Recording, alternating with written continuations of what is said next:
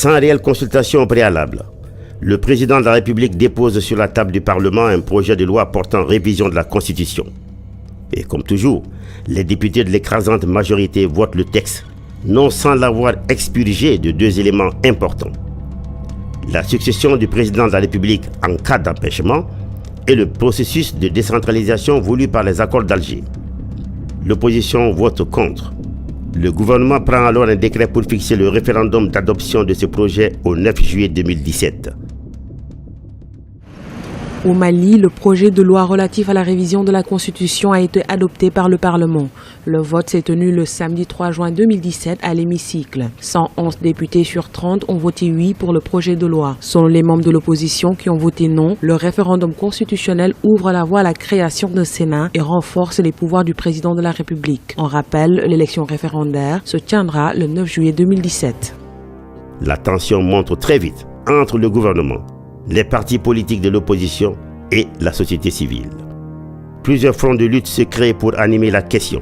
Ainsi, une alliance est scellée entre les partis politiques de l'opposition, des organisations de la société civile et des syndicats pour porter sur les fonds baptismaux la plateforme Ante Abana « Touche pas à ma constitution ». De l'autre côté, les partis membres de la convention de la majorité présidentielle, appuyés par certaines associations, fondent la plateforme Oui en son nom.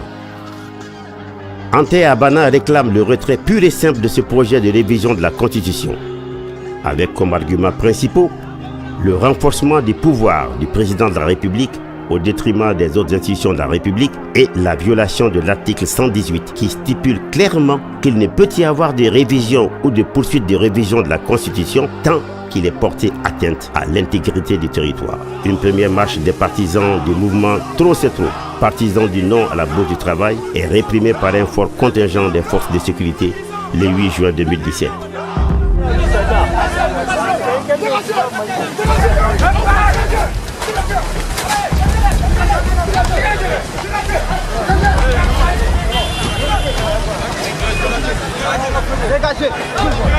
Une deuxième marche du même mouvement est brutalement réprimée sur la place de l'Indépendance le 10 juin 2017.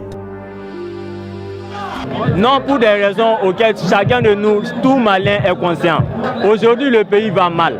Le pays va mal, on demande juste seulement à Ibeka de surseoir à cette idée de révision constitutionnelle, c'est tout. Aujourd'hui, il n'est plus question de se taire. Aujourd'hui, il n'est plus question de tout accepter. On a tout accepté de ce pouvoir. Les jeunes du Mali, ils sont là et on va se battre jusqu'au bout. Ils ont déjà tué ce pays, mais ils ne vont pas l'enterrer. Nous allons renaître ce pays-là. Inch'Allah, on serait là. Et quand je dis Inch'Allah, ce n'est pas le Inch'Allah d'Ibeka, c'est le Inch'Allah d'Allah subhanahu wa ta'ala. Encore constitution koyi anta la bi anta la Chine.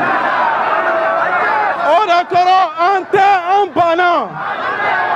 bana muna. Bon ni sharia sumba yele mali kofo. Sira de bala kanga yele mali sram ye o sira de matagama u fe okoro ko ante. Ibe kayem jamana den kuma sulu kan ni so goya kan joan yere la ka to anya don kan yabe kan yere la. An yɛrɛ tɔɔrɔlen don, an tɔɔrɔlen fo ka taa fan tɔɔrɔ la.